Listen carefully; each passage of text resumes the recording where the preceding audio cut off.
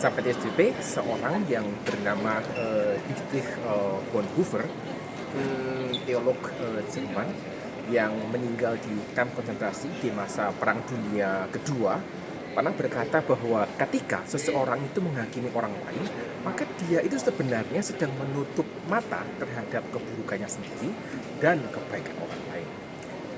Selamat datang di kanal YouTube seputar dunia pendidikan yang membahas isu-isu seputar dunia pendidikan, tips buat siswa untuk belajar, tips buat guru untuk mengajar, juga ya saya berbagi wawasan pendidikan dengan sahabat ini semua. Dan jika ini baru pertama kali gitu ya, mungkin ada waktunya juga nanti bisa ngecek extra video yang lain. Dan mungkin di antara Anda ada yang bertanya, kenapa kutipan-kutipan yang hari ini gitu ya, seperti biasa saya berikan kutipan yang hari ini kok berhubungan dengan urusan menghakimi gitu. Ya memang topiknya mirip-mirip gitu ya, ada hubungan sedikit dan saya harap nanti bisa memperkaya, bisa memperluas wawasan sahabat semua. Saya cari tempat duduk, nanti kita ngobrol ya.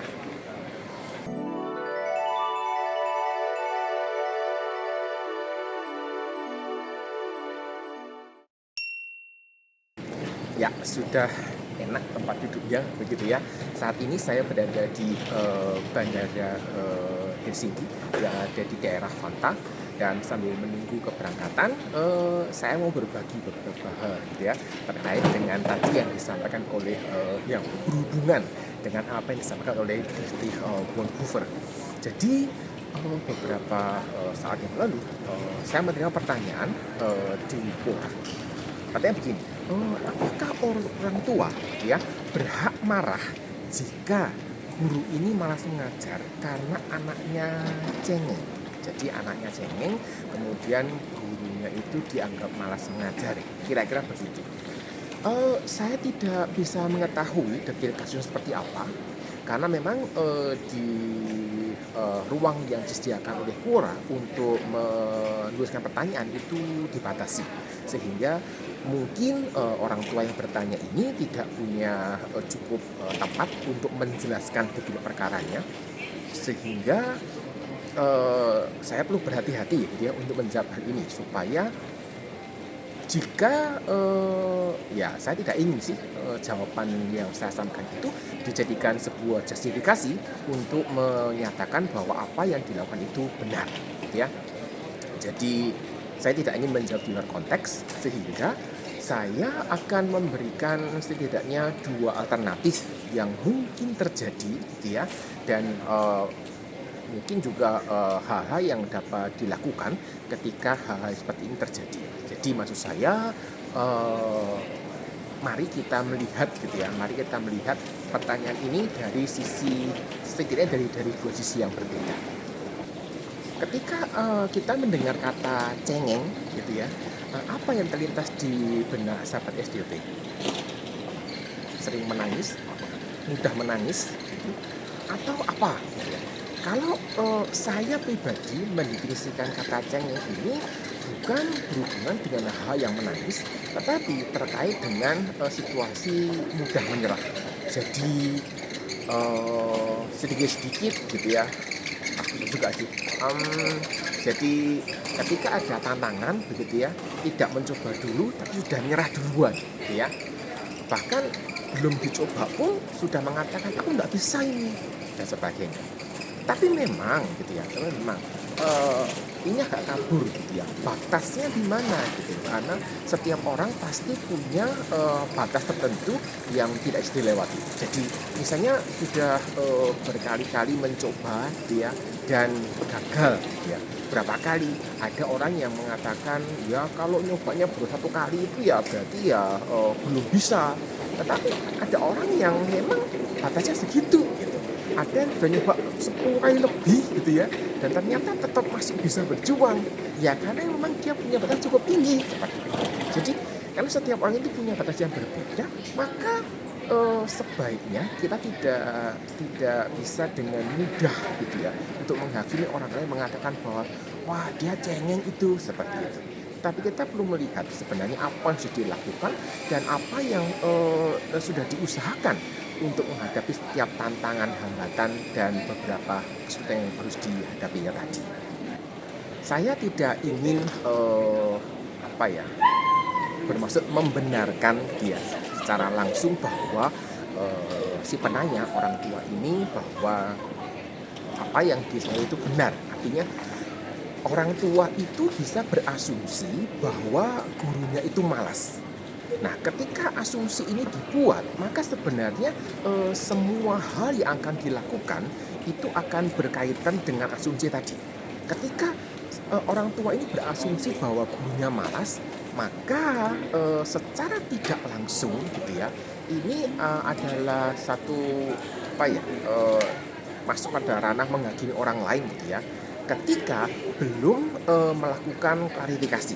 Jadi ketika membuat asumsi tanpa klarifikasi, maka sebenarnya ini adalah sesuatu yang belum tentu benar dan mesti diperiksa kebenarannya.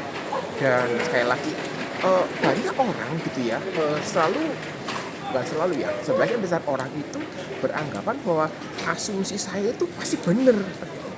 Tetapi ada sisi-sisi lain yang mungkin belum diperhatikan. Ada sisi-sisi lain yang mesti kita perhatikan juga. Dan ada baiknya gitu ya, kita ini melakukan klarifikasi supaya segala sesuatu menjadi cukup jelas, gamblang gitu ya. Kalau dalam bahasa Jawa, cetha welo-welo begitu. Itu membuat hubungan antara orang tua dan guru menjadi lebih baik. Saya mau berikan gitu ya contoh asumsi gitu ya. Misalnya ada seorang anak gitu ya, pulang dari sekolah, kemudian ditunjukkan hasil ujian dari sekolah misalnya, dan nilainya ternyata dianggap oleh orang tua ini buruk gitu. Dan situasi ini kemudian menimbulkan asumsi begitu ya, begini, anak saya ini pandai kok, anak saya ini cerdas kok gitu. Oh, kalau nilainya buruk ini berarti materinya tidak tersampaikan. Materi tersampaikan berarti gurunya tidak bisa ngajar, seperti itu. Tetapi gitu ya, apakah asumsi ini benar? Nah, ini belum tentu gitu ya, karena juga ada anak yang tidak jujur kepada orang tuanya. Memang ketika ada seorang anak yang dianggap cerdas, pinter gitu ya, smart oleh orang tuanya, tetapi dia tidak belajar ketika ujian dan tidak mencapai hasil yang diinginkan gitu ya, sebenarnya bukan salah gurunya, tetapi karena orang tua tidak mengetahui fakta bahwa sang anak ini tidak belajar, orang tua mengasumsikan anaknya belajar, nilainya buruk, kemudian menuduh juga mengasumsikan bahwa gurunya tidak bisa mengajar. Nah, padahal belum diklarifikasi. Nah, situasi ini sudah banyak dialami oleh teman-teman guru. Jadi mereka ini pagi-pagi datang dengan sukacita ke sekolah, mau ngajar gitu ya, hati karya gembira. Itu datang orang tua memarahi gitu.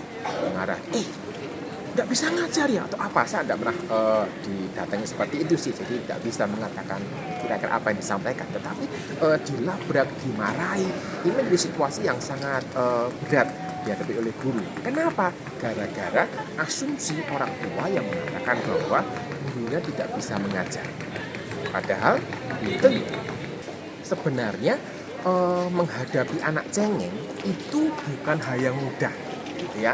Ibu bapak sahabat SDT yang sudah punya anak tentu tahu gitu ya, bagaimana pergumulan orang tua ketika menghadapi seorang anak yang cengeng. Dan tentu saja perlu usaha khusus gitu ya, perlu usaha khusus. Nah, jadi apakah guru ini gitu ya, guru ini terlihat malas menangani anak yang cengeng ini karena gurunya pun sudah nyerah seperti itu. Jadi guru sudah berusaha, sudah memotivasi, sudah mencoba untuk menolong, sudah mencoba untuk berbicara, sudah mencoba hal-hal yang dianggap tahu gitu ya, bisa menolong, tetapi masih gagal. Guru sudah berusaha sedemikian rupa, sudah mengusahakannya sedemikian keras, tapi tetap gagal. Yang pertanyaannya adalah, apakah orang tua mengetahui hal ini? Apakah orang tua itu menyadari situasi yang dihadapi oleh para guru ini yang sudah mencoba dengan usaha yang terbaik dan tetap gagal? Ini menjadi satu refleksi buat kita semua, buat setiap orang tua, saya juga gitu, bahwa eh, kadang kita mesti klarifikasi dulu kepada gurunya ketika ada hal seperti ini. Dan cukup banyak orang tua yang tidak melakukan klarifikasi tapi langsung menuduh gurunya ini itu, dengan asumsi ini didatangi gurunya, dimarahi dan sebagainya. Bahkan ada yang diancam dilaporkan ke kepala sekolahnya. Untuk sekolah swasta ada yang mengatakan nanti dilaporkan ke yayasan atau pemilik sekolah, ya dikeluarkan dan seterusnya. Saya tidak ingin menempatkan posisi saya sebagai orang yang selalu membela guru dan menyalahkan orang tua, gitu ya. Jadi kemungkinan lain adalah bisa jadi gurunya memang malas. Artinya gurunya memang tidak mau menangani sama sekali, gitu. Dan saya perlu mengakui bahwa memang ada guru-guru yang demikian. Saya tidak bisa menolak fakta ini, saya tidak bisa menutupi fakta ini, dan saya tidak bermaksud untuk membela para guru yang seperti ini profilnya. Dan menurut saya memang ini harus dibereskan. Artinya mesti dibicarakan dengan sekolah secara khusus, mesti dibicarakan dengan kepala sekolahnya. Misalnya saya harap bukan disampaikan langsung kepada gurunya ya, karena kemungkinan besar ketika langsung kepada gurunya ada emosi yang cukup tinggi, kita tidak bisa mengendalikan apa yang disampaikan, kemudian sesuatu bisa tak terkendali begitu. Kemudian sebaiknya juga untuk sekolah swasta ya tidak membicarakan hal ini kepada yayasan yang menaungi sekolah ini atau kepada pemilik sekolahnya. Pokoknya aku kena kok gitu, aku bisa ngomong sama dia gitu. Pemilik sekolah memang yang memiliki sekolah itu atau yayasan yang menaungi itu memiliki sekolah ini, tetapi operasionalnya itu ada di bawah kepala sekolah, sehingga sebaiknya disampaikan dengan kepala sekolah, dan kepala sekolah seharusnya akan mengambil langkah-langkah yang dianggap perlu, dan banyak hal yang dapat dilakukan, misalnya gurunya diberi training atau apa, saya tidak mengetahui detail seperti apa, tetapi itu beberapa yang dilakukan. Setidaknya kalau mau bicara dengan sekolah, berbicaralah dengan kepala sekolahnya dan bukan dengan yayasan atau pemilik sekolahnya tadi. Ketika guru ini terlepas dari sudah mengusahakan atau memang gurunya malas begitu ya, ketika orang tua ini orang tua ini mengetahui gitu ya bahwa anaknya itu memang cengeng gitu ya, mudah menyerah, tidak bisa tahan terhadap tekanan, tidak berani menghadapi tantangan seperti itu. Kalau sudah tahu hal ini gitu ya, apakah orang tua sudah mengerjakan bagiannya? Apakah orang tua sudah bicara, memotivasi, memberi semangat dan sebagainya? Maksud saya adalah kalau orang tuanya aja nyerah begitu, apakah guru tidak boleh begitu ya? Apakah kalau orang tua itu sudah saya angkat tangan dah sama anak saya gitu, terus dilimpahkan ke sekolah, ketika guru sudah berusaha misalnya dan gagal, terus gurunya nyerah, terus tidak boleh seperti itu. Menurut saya kok tidak tepat begitu ya. Memang akhir-akhir ini ada cukup banyak kecenderungan orang ini melimpahkan segala sesuatu ke sekolah gitu. Dalam sebuah video yang berjudul Buruk Rupa Cermin Dibelah, saya pernah membahas hal ini terkait dengan apakah kita bisa menyalahkan sekolah kalau ada masalah moral di masyarakat? Bisa enggak seperti itu? Dan ini menjadi satu refleksi buat kita semua gitu. Karena sekolah itu fokusnya adalah menyampaikan pengajaran akademik, menyampaikan hal-hal yang berupa materi keilmuan begitu. Walaupun memang sekolah tetap memberikan hal-hal seputar moral, kejujuran, menghargai orang lain, taat pada aturan dan sebagainya. Tetapi ini spoilernya gitu ya. Tetapi ketika anak ini belajar kejujuran di ketaatan menghargai orang lain di sekolah, tetapi tidak melihat prakteknya di rumah, tidak melihat prakteknya di masyarakat, apa yang terjadi? Ya anak bisa menganggap bahwa wah nggak penting itu gitu, sehingga kita tidak bisa langsung menyalahkan sekolah gitu, bahwa kalau ada yang begini ya sekolah yang salah gitu. Nah, kecenderungan melimpahkan ke sekolah inilah yang kita perlu kritisi dan kita perlu waspadai baik-baik. Saya bukannya melarang gitu ya, orang tua ini marah kepada guru. Tetapi satu pertanyaan penting yang kita mesti pikirkan adalah apakah gitu ya, kedua belah pihak sudah mengerjakan bagiannya masing-masing. Jadi mungkin tindakan marah ini bukan tindakan yang tepat begitu ya. Ketika kedua belah pihak sudah berusaha gitu ya, orang tuanya aja nyerah gitu. Kalau gurunya nyerah masa tidak boleh seperti itu. Dan mungkin perlu membicarakan dengan lebih baik langkah apa yang dapat dilakukan untuk menolong anak ini supaya berani menghadapi tantangan, tidak mudah menyerah, bisa bekerja dalam tekanan dan seterusnya. Dan pada waktu marah itu pasti emosi gitu ya, pasti emosi, dan seringkali kita tidak bisa mengendalikan apa yang kita sampaikan, dan disitulah gitu ya, ini menjadi masalah yang cukup besar. Dalam sebuah video terkait dengan bukan terkait ya, berhubungan sedikit dengan hal ini, video yang berjudul terkait dengan apakah orang tua ini bosnya guru. Dan di sekolah swasta cukup banyak ada orang tua berasumsi atau beranggapan bahwa saya ini membayar uang sekolah cukup mahal, ikut menggaji gurunya gitu. Jadi guru kerja sama saya, kira-kira seperti itu. Sehingga orang tua ini menekan guru, orang ini merasa berhak memarahi guru. Karena apa? Karena merasa ikut membayar gaji guru. Apakah ini benar? Ya, Anda bisa cek videonya. Tetapi setidaknya ini bukan sikap yang benar, karena tidak semua gaji guru diambilkan dari apa yang dibayarkan oleh orang tua.